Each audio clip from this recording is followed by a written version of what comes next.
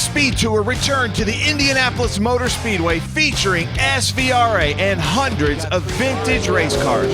The Trans Am Series presented by Pirelli and V-Rock, the Vintage Race of Champions, pairing legends of motorsports with amateur owner-drivers of American muscle. This was the 6th straight year for SVRA at IMS, and everyone is always thrilled to race at such an iconic circuit and get a chance to cross the yard of bricks and drive their race car through Gasoline Alley. We had some amazing race cars that spanned over a century of motorsports, from the number 20 National that got 7th place in the very first Indy 500 to the current 850 horsepower monsters in Trans Am. Thursday night, we had a fun time playing a game called Got Balls, a two-person golf cart gymkhana with the jump, where you had to place tennis balls on pylons, then switch drivers and collect the balls. We even had some legends of motorsports, Stevie D, Terry Earwood, and Dorsey Schrader offering commentary and making everyone laugh. I'm done. Retired for the weekend. Won something. Didn't break. Friday night, we had our dinner and party with the V-Rock charity auction to raise money for the Morgan Adams Foundation.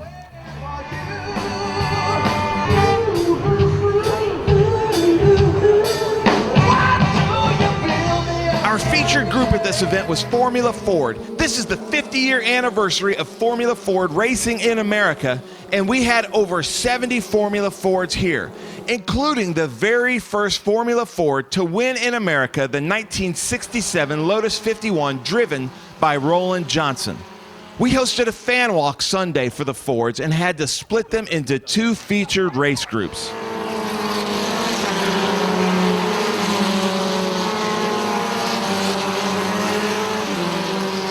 The Trans Am Series presented by Pirelli started what they call the second half of their championship season at IMS, and it got exciting quickly.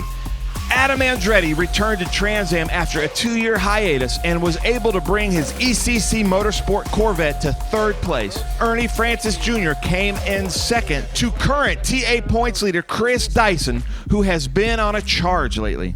In Super GT, it was Fall Line Motorsports who had to battle series newcomer Ken Thwaites, who split the Fall Line podium of Mark Bowden in 3rd and Tim Kesman finishing 1st. Stephen Davison won in the GT class in his Aston Martin. In TA2, it was points leader Mark Miller, who was fast all weekend, with teammate Dylan McIvern finishing 2nd and Tony Buffamonte finishing 3rd. But the most anticipated race on the vintage racing schedule is always the Indy V-Rock. This was the 5th V-Rock Pro-Am race at Indy, and it may have been the best.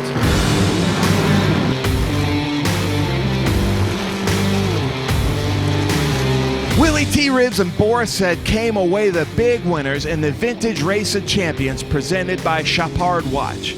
Ribbs and Edward Savajian picked off the overall win in their Duntov-prepared 1969 and 8 production. Me and my partner have been at the front nearly every race, and we had some difficulties with mechanicals, but we did it. Bobby Labonte and Gary Clute got 2nd, and Todd Bodine and Jim Sandberg got 3rd. Boris Said the winner in B production with Jim Cottle's 1969 Corvette now has a perfect record in V-Rock charity races, having won in his only other appearance at Virginia International Raceway last year. 2nd place in B production was Mark Dismore and Scott Hackinson in their Cobra Automotive prepared Shelby Mustang, and Davy Jones and Shannon Ivey in Shannon's 1967 Camaro got 3rd. To get to race these old cars and race against these guys wheel to wheel, it just makes it even more better to do it. But I love coming here, a lot of history here, and I don't think I had milk since I was a little baby, so I can't wait to try it. So that does it for the Indy Speed Tour. Now we are off to Watkins Glen September 5th through 8th. See you there.